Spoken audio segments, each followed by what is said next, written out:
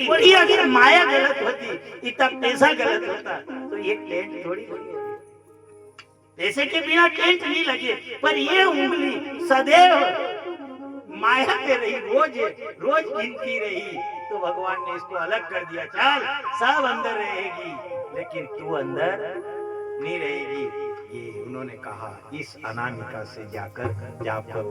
आज भी जाप होता है तो ये उंगली एक उंगली बाहर हो जाती है और जितनी उंगलियां हैं सब अंदर हो जाती है। एक विचार करना, ठीक है जाए कभी भी अगर कहीं भी चले जाओ, मान लिया कथा में यजमान बन गए, अपने आप को कभी कमजोर मत समझना। अरे यहाँ का धन तो कोई लूट ले, यहाँ का धन तो लूट ले, लेकिन 7 दिन में तो आपकी वो कमाई होगी जो वहां तक साथ जाएगी। तरीका है कर ले कमाई नाम की, तेरे साथ जाएगी।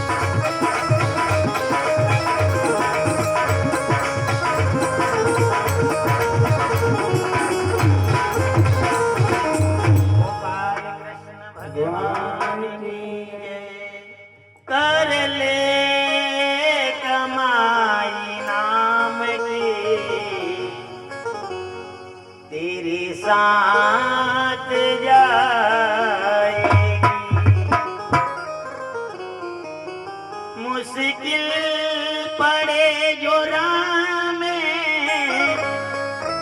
तेरे काम आएगी, कर ले कमाई नाम के तेरे साथ जाएगी। ये क्या है? ये एक संस्कार बनते हैं।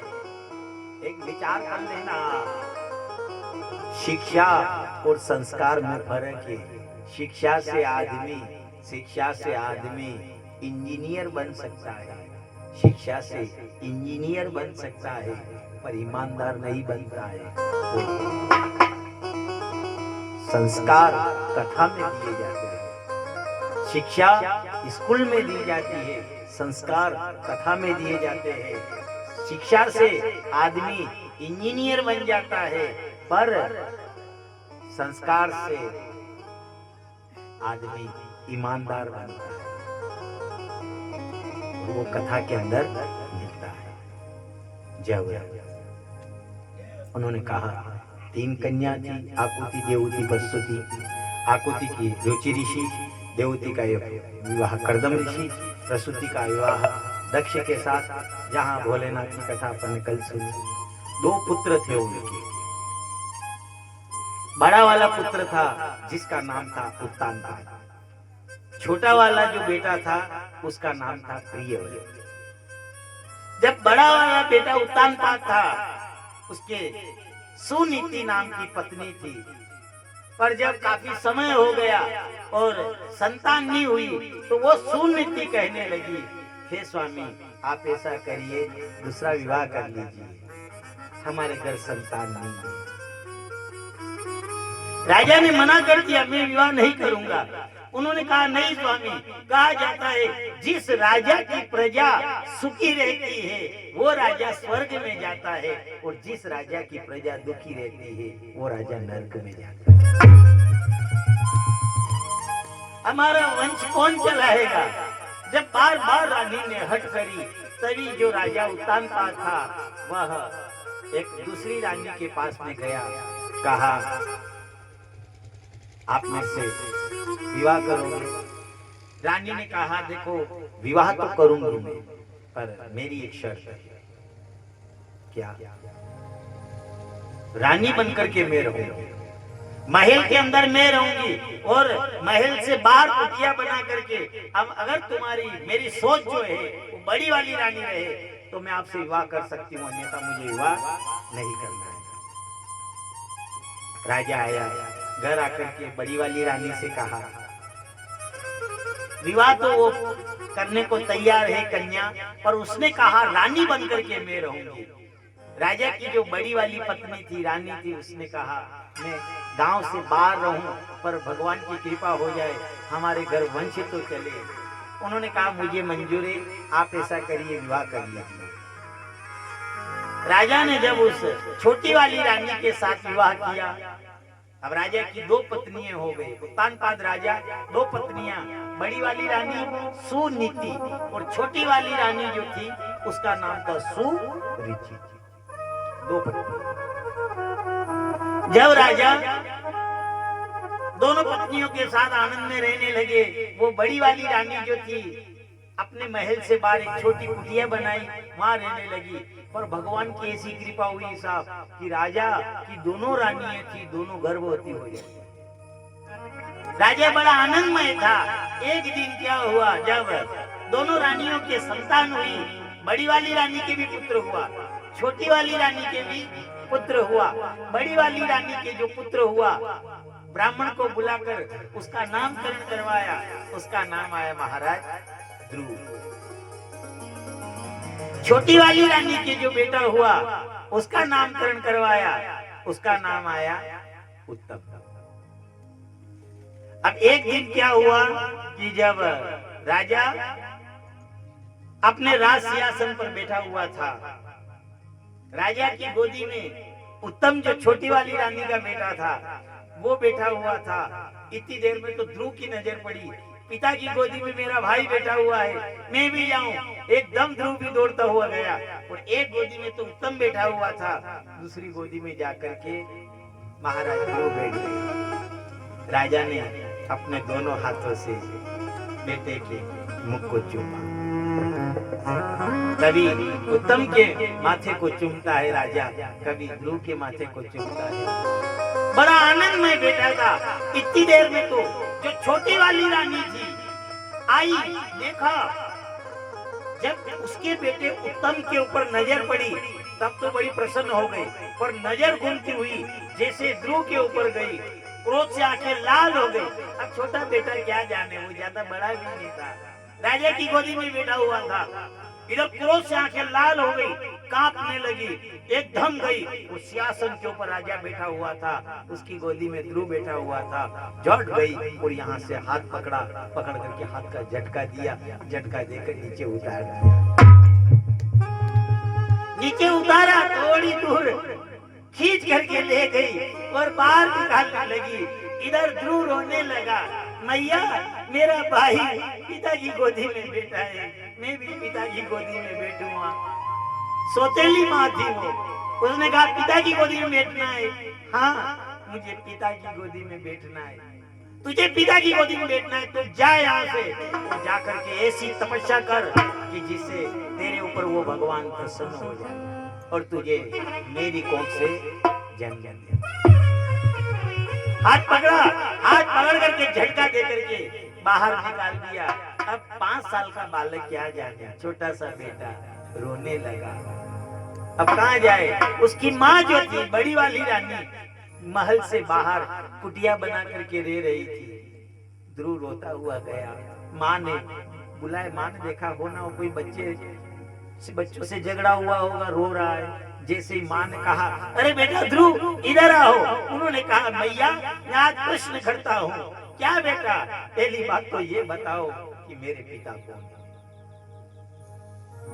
माँ ने कहा ये कैसा प्रश्न तू कर रहा है? नहीं मुझे आज बताना पड़ेगा, मेरे पिता कौन है?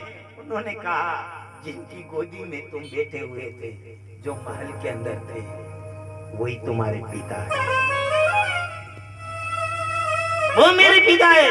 हाँ वो तुम्हारे पिता है। अगर वो हमारे पिता है तो वो कौन से पिता है कि जिनकी गोदी में मेरा भाई बैठा हुआ था और मैं भी जाकर बैठा और मेरी सौतेली माँ आई। आज माँ ने आकर के हाथ पकड़ करके झटका दे करके मुझे नीचे उतार दिया और वो देखते रहे, कुछ भी नहीं बोले। माँ ने कहा बेटे वो वचन में बंधे हुए हैं।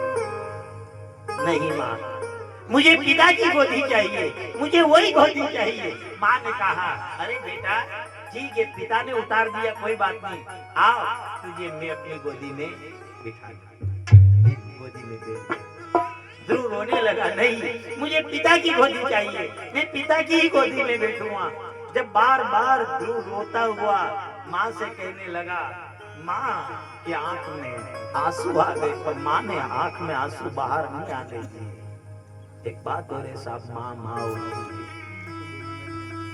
सोनूती ने देखा पिता की गोदी कहाँ से लाऊं मैं भी वचन में बंधी हुई हूँ। जब बेटे को गोदी में बिठाया फिर भी ध्रुव नहीं माना मुझे, मैं भी पिता की गोदी में बैठूंगा, क्योंकि हट कर ली बालक वाली हट। माँ ने दोनों हाथ पकड़े खड़ा किया, पिता की गोदी चाहिए? हाँ मेरा भाई पिता की गोदी में बैठा, मैं भी बैठूंगा। माँ ने फिर पूछा क्या पिता की गोदी चाहिए? यहाँ से पकड़ा, ध्रुव को खड़ा किया, क्या पिता की गोदी चाहिए? हाँ हाँ मुझे पिता की गोदी चाहिए। माँ ने कहा अगर पिता की गोदी चाहिए तो हे बेटा यहाँ से तू चला जा। आज माँ ने अपने हृदय के ऊपर पत्थर रखा और पत्थर रख करके माँ कहने लगी बेटा तू चला जा यहाँ से और इतनी दूर जा, इतनी दूर जा और ऐसी तपस्या करना मेरे लाल कि जिसको अपना पिता गोदी में नहीं बिठाए उसको वो जगत का पिता गोदी में चला जा। और तभी माँ ने आंसू नहीं निकाले। इसलिए भगवान से यही कहना, भगवान से एक ही बात कहना, हे परमात्मा सत्संग नहीं मिले चलेगा, कोई सत्ता घर नहीं मिले चलेगा, अरे भगवान तू संत जैसा बेटा हमारे घर में दे देना। अगर संत जैसा बेटा हमारे घर में रहा तो सत्संग तो हमारे घर आती रहेगी। आज माँ आंसू को पी गई और ध्रुव के माथे पर हाथ फेरा और ध्रुव से क्या कहने लगी, बेटा तुम जाओ ये दुआ हे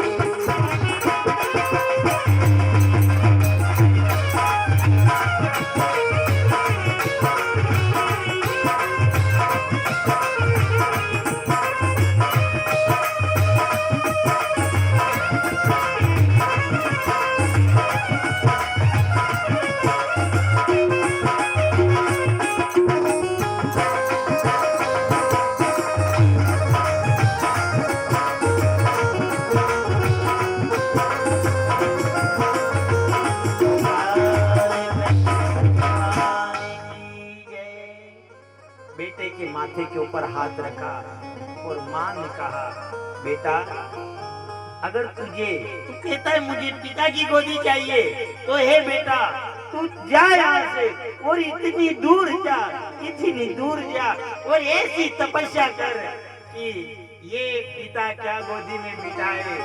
तेरी तपस्या से प्रसन्न होकर के वो जगत का पिता तुझे गोदी में बिठाए।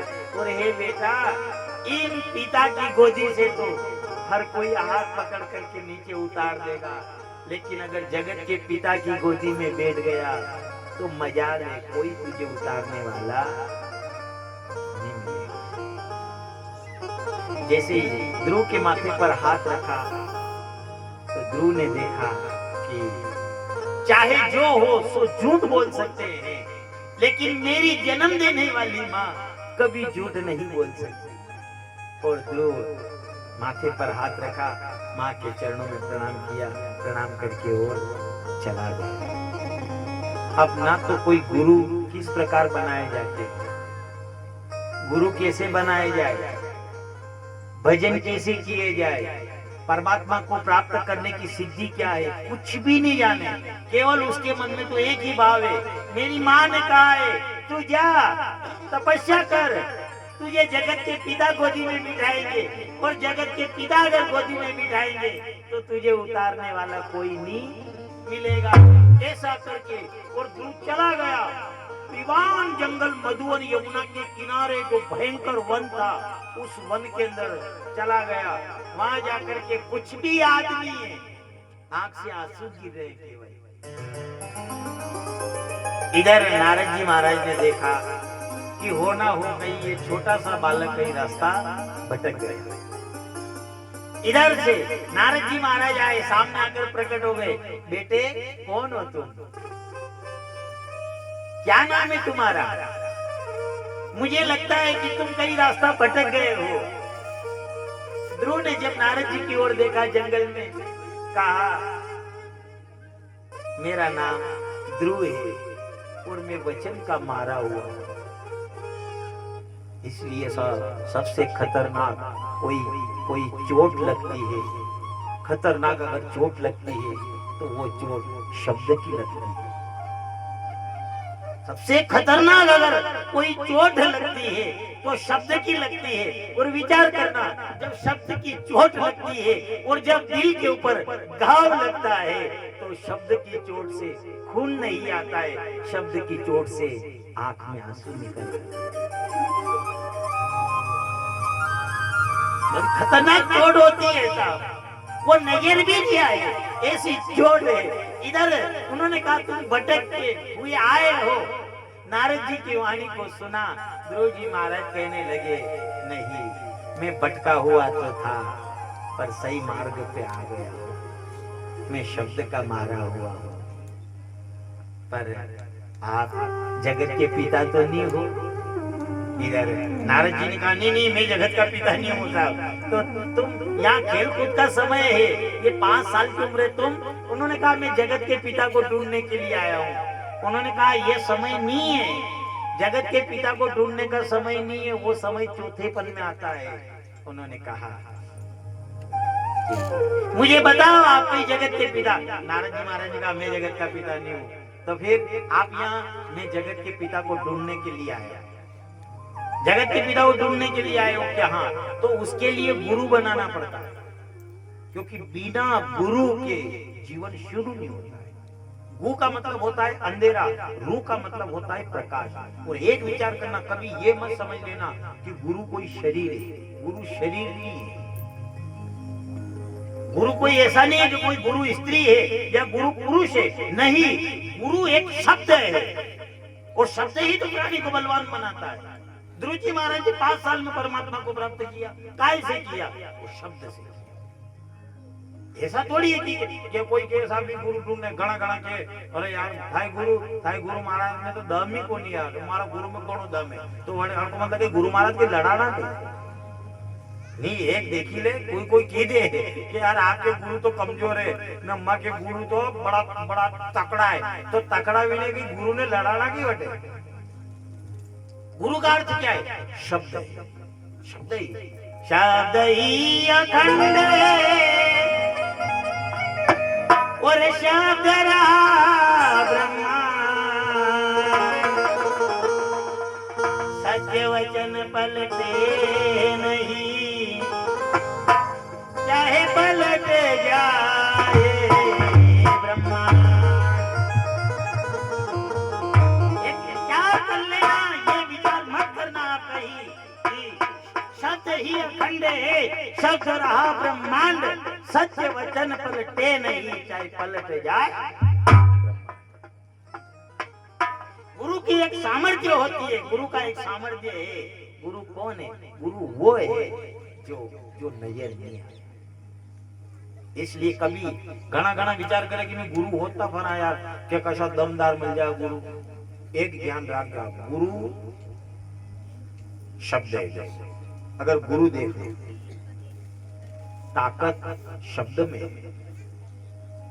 अच्छा, काजू बादाम में ताकत है, पर देखो गुरु शब्द कैसे कैसे सामर्थ्य होते हैं। शब्द ध्रुव जी से जब पूछा नारद जी ने, तो उन्होंने कहा मैं शब्द का मारा हुआ हूं। एक शब्द निकाला मेरी सोतेली माँ ने कि पिता की अगर गोदी में बैठना तो जा और तपस्या कर, और तपस्या करके दूसरी जिंदगी मेरे गर्भ से जन्म लेना, तो पिता की गोदी में बैठेगा। और यही बात जब उसने सगी माँ से सुनीति से जाकर के ध्रुव जी ने कहा, तो माँ ने कहा अरे, उसने कहा वो ठीक है, पर जो उसके गर्भ में प्रकट होने से के लिए अगर बेटा तपस्या करे, ऐसी तपस्या तो तू परमात्मा को प्राप्त करने के लिए कर, जो वो परमात्मा प्रकट होगा और तुझे बिठाएगा, तो कोई उतारने वाला।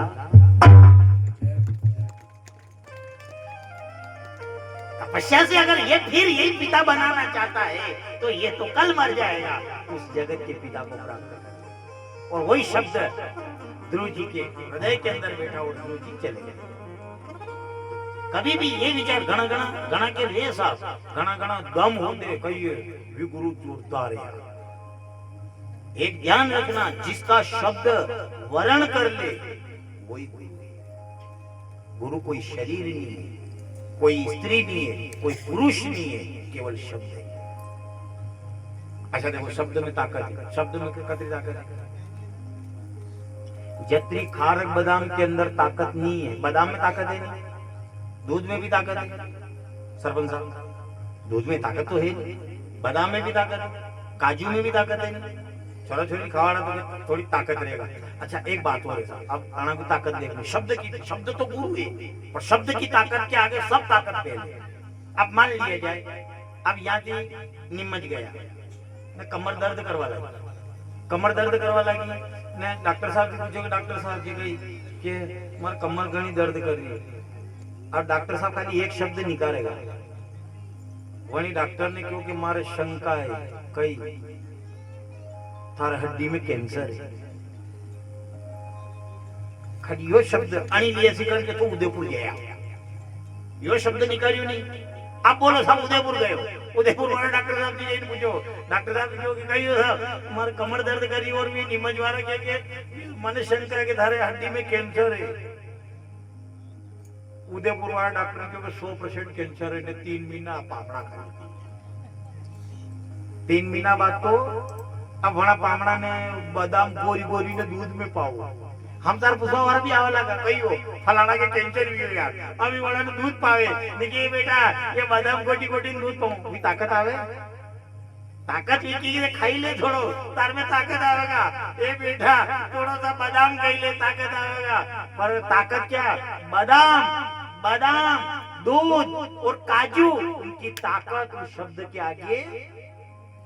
भली बादाम पाओ, बादाम पाओ ले बेटा, पीओ के नहीं पावे का पावे कई डॉक्टर ने की मिलियो के शब्द कैसा निकलेगा?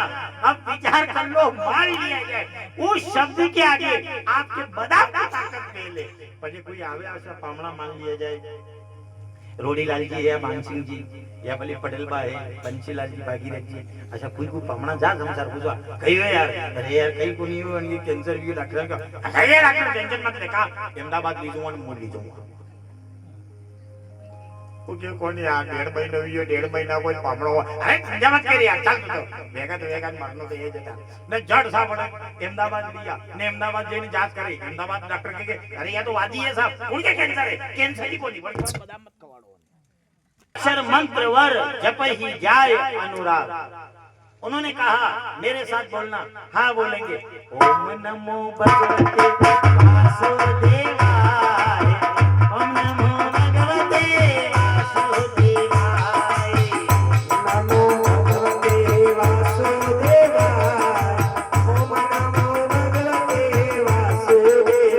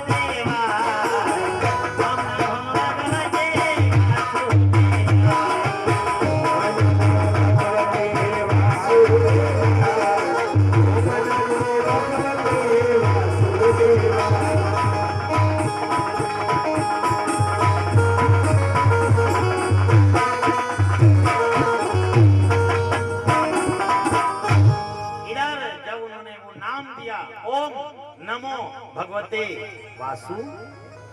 कहा जाता है इन नाम के अंदर इतनी ताकत है कि प्राणी को हर झंझट से निकाल करके वो अपने पास बुला ले।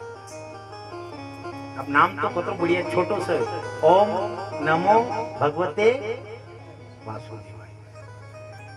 इधर के ये कोई चेलो थो सो वनी नाम वण गुरुजी ने नाम दी तो वणन जो मुंह बोलू जो तू बोला कि हाँ मुंह बोलूंगा ओम नमो भगवते वासुदेवाय।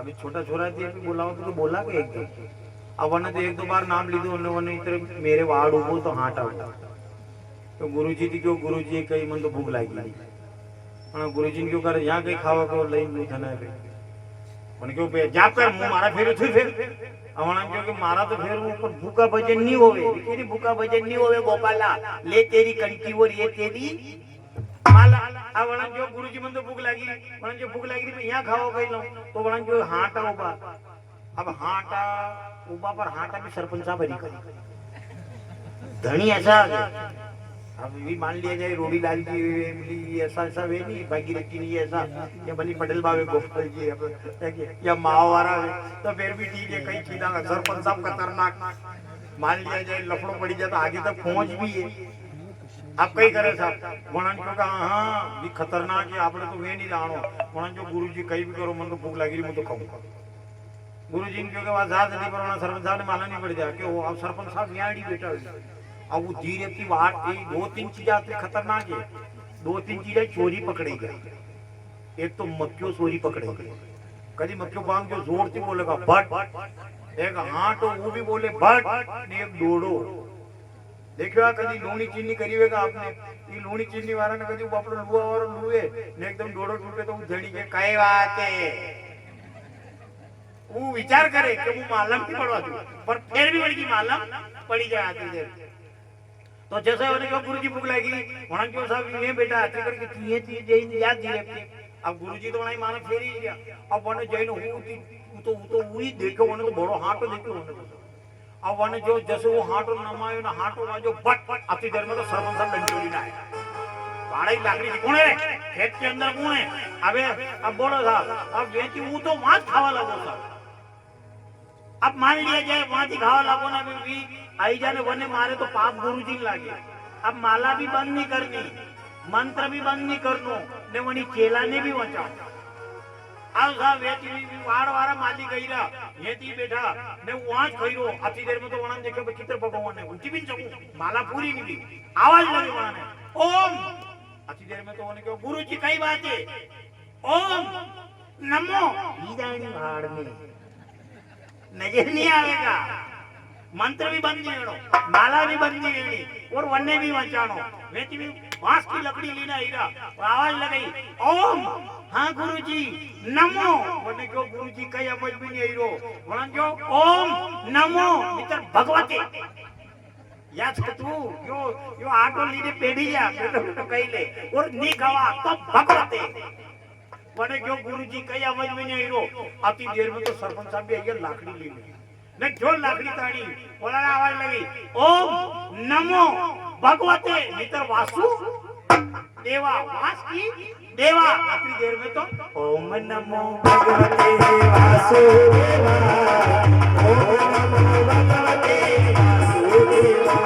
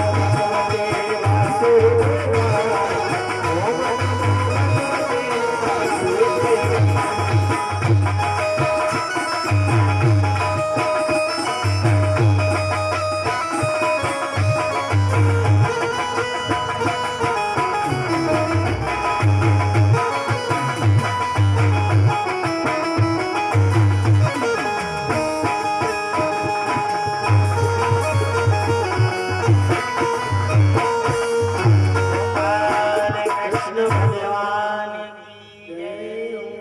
इधर जो गुरु ने नाम दिया ओम नमो भगवते वासुदेवाय, नारद जी महाराज तो वो नाम देकर के चले गए, लेकिन 5 साल के गुरु जी महाराज ने जो जाप करना आरंभ किया, ऐसा जाप किया कि जिससे देवताओं की सांसें बंद हो गई।